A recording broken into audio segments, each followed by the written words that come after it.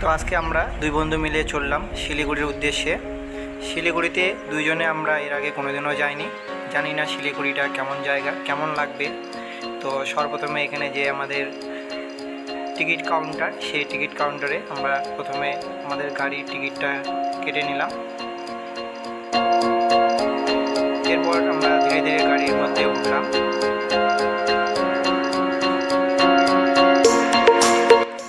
গাড়িটা এবার এখানে আমাদের পজিরাম যে বাস স্ট্যান্ড, সেই বাস স্ট্যান্ড থেকে রওনা দিল। তারপর এখান থেকে গণমপুর যে বাস স্ট্যান্ড, সেই বাস স্ট্যান্ডের মধ্যে কিছুক্ষণ গাড়িটা দাঁড়ালো।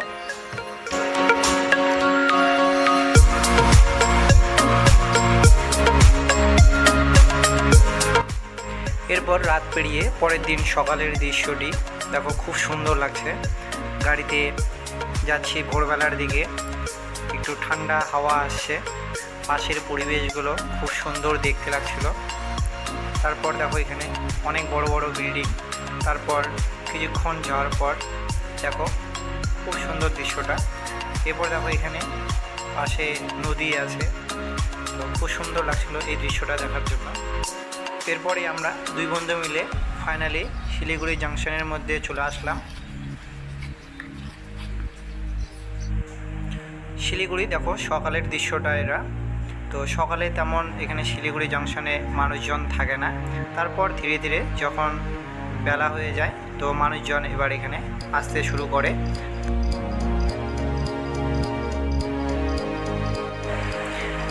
এরপরে আমরা দুই বন্ধু মিলে সুরেন্দ্র ইনস্টিটিউটের জন্য রওনা দেব। তো বন্ধুর সবার প্রথমে পরীক্ষা আছে 10টার দিকে। তো দেখো সুরেন্দ্র ইনস্টিটিউটে টোটোতে করে যাবে, গাড়ি ভাড়া 30 থেকে 40 টাকার মধ্যে নেবে, তার বেশি টাকা কেউ দেবে না তোমরা। তারপর ফাইনালি আমরা এখানে Surendra institute of engineering and management কলেজের মধ্যে আমরা এখানে চলে আসলাম। খুব সুন্দর সুরেন্দ্র ইনস্টিটিউটের সামনের দিকটা। তোমরাও যদি কেউ এক্সাম দিতে আসো শিলিগুড়িতে, তো এখানে আসতে হবে তোমাদেরকে। সুরেন্দ্র ইনস্টিটিউটের সামনের দিকের পাশাপাশি দেখো এখানে আরও বিভিন্ন রকমের এখানে খুব সুন্দর একটা পরিবেশ রয়েছে।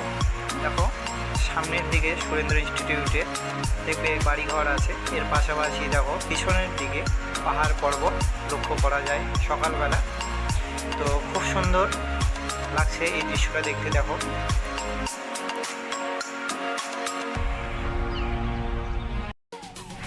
এরপর এখানে বন্ধুর পরীক্ষা শেষ হয়ে গেল। এবার আমরা রওনা দিলাম আবার জংশনের উদ্দেশ্যে। তো যখন বন্ধুর পরীক্ষা হলো তখন একটু বৃষ্টি হয়েছিল। তো দেখো রাস্তাঘাটগুলো একবারে জলে ভর্তি হয়ে গেছে। তো খুব জোরেই সকালের দিকে একটু বৃষ্টি হয়েছিল। তো তারপর আমরা এখানে ধীরে ধীরে চললাম জংশনের মধ্যে।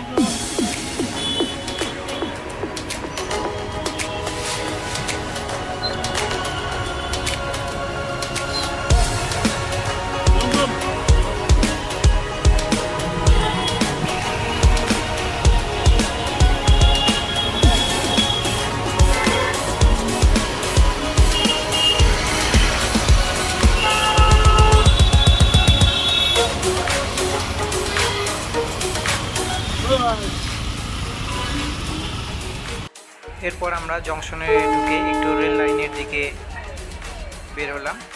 তারপর ধীরে ধীরে একটু রেল লাইনের চারিদিকের পরিবেশগুলো একটু দেখছি দুই বন্ধু মিলে।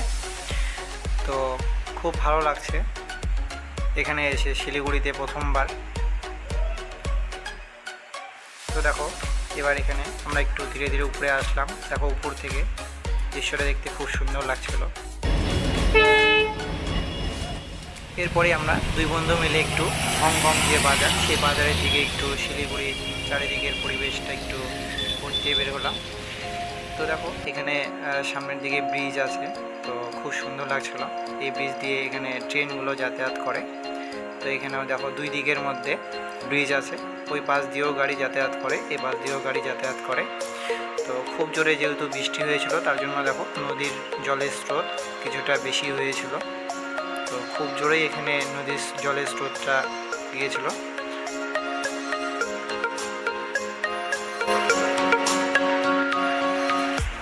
তো এরপরে আমরা একটু হংকং বাজারে সামনের দিকে একটু আসলাম।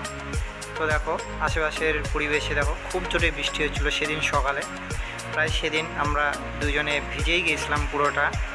তো আমরা যেহেতু প্রথমবার গিয়েছিলাম তাই দুই বন্ধু মিলে আমরা সব জায়গায় একটু ঘোরার চেষ্টা করছিলাম, যেহেতু প্রথমবার নতুন নতুন।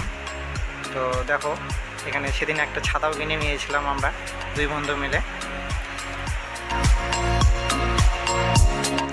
এবার এখানে শিলিগুড়ির চারিদিকের পরিবেশ ঘোরার পর বিকেলের দিকে আমার ভবানী ইনফোটেক ইনস্টিটিউটের মধ্যে এসএসসির এক্সামের সিট পড়েছে। তো তার উদ্দেশ্যে এবার আমরা টোটোতে করে রওনা দিলাম। টোটোতে ওঠার আগে সর্বপ্রথমে গাড়ি ভাড়াটা তোমরা ঠিক করে নেবে, 30 থেকে 40 টাকা গাড়ি ভাড়া নেবে, তার বেশি তোমরা চাইলেও দেবে না। তো এরপর আমরা দুই বন্ধু মিলে বিকেলের উদ্দেশ্যে রওনা দিচ্ছি।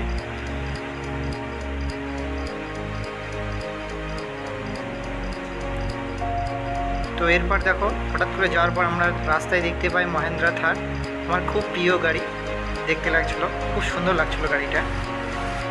তো এবার আমরা চললাম আবার ভবানী ইনফোটেক ইনস্টিটিউটের মধ্যে।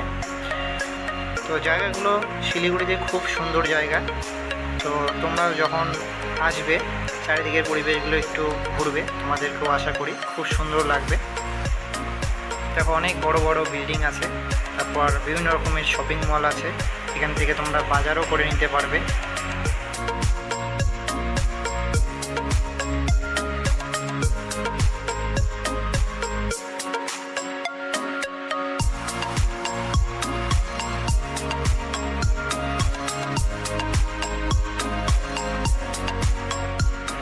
এরপর এখানে আমরা চলে আসলাম। এরপর এখানে টোটো থেকে আমরা নামলাম ভবানী ইনফোটেক ইনস্টিটিউটে যাওয়ার জন্য। তারপর এখানে যে সামনের রাস্তা আছে সেই সামনের রাস্তা দিয়ে 2 থেকে 3 মিনিট একটু সামনের দিকে হাঁটতে হবে। তারপর পাশে তোমরা দেখতে হবে এখানে ইয়াম্মা বাইকের শোরুম আছে, এরপর এই রাস্তা দিয়ে হাঁটতে হবে। এরপরেই আমরা ফাইনালি ভবানী ইনফোটেক সেন্টারে চলে আসলাম। তো সেন্টারটা এরকম পুরনো গেট আছে, তোমরা দেখে প্রথমের দিকে বুঝতে পারবে না, তো আমরাও যেমন প্রথমে বুঝতে পারিনি। তারপর এরকম পুরনো বিল্ডিং তোমরা দেখতে পাবে ভবানী ইনফোটেক ইনস্টিটিউটে।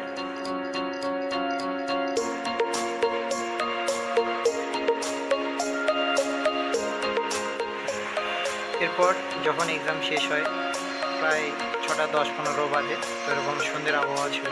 তো বন্ধু বাইরে অপেক্ষা করেছিল আমার জন্য। তো দেখো এই আমার পাশে শোরুম আছে, তো বন্ধু দেখো ওই রাস্তা দিয়ে এখানে হাঁটছে। তো এবার আমরা এখানে শিলিগুড়ি জাংশনের উদ্দেশ্যে রওনা দেবো আবার টোটো করে। তো টোটো ধরার জন্য আবার এখানে মেন রাস্তার মধ্যে আমরা চলে গেলাম। দেখো ফাইনালি আমরা এরপর শিলিগুড়ি জাংশনের মধ্যে চলে আসলাম। তো এরকম রাতের দৃশ্য তোমরা এখানে দেখতে হবে শিলিগুড়িতে গিয়ে। শিলিগুড়ি রাতের জাংশনের ভিতরটা এরকম তোমরা দেখতে হবে, খুব সুন্দর লাগছিল ভিতরের দৃশ্যটা। তো এরপর সবার শেষে দুই বন্ধু মিলে এখানে শিলিগুড়ি জাংশনে ছবি তুললাম। তো এই প্রথমবার শিলিগুড়ি এসে খুব সুন্দর লাগলো, এত সুন্দর জায়গা, খুব গোটা দিনে আমরা মজা করলাম। তো তোমরাও যদি এখানে আসো অবশ্যই পুরোটা শিলিগুড়ি ঘুরে নেবে। তো যদি ভালো লাগে ভিডিওটা অবশ্যই তোমরা কমেন্ট বক্সে কমেন্ট করে দিও আমাদেরকে।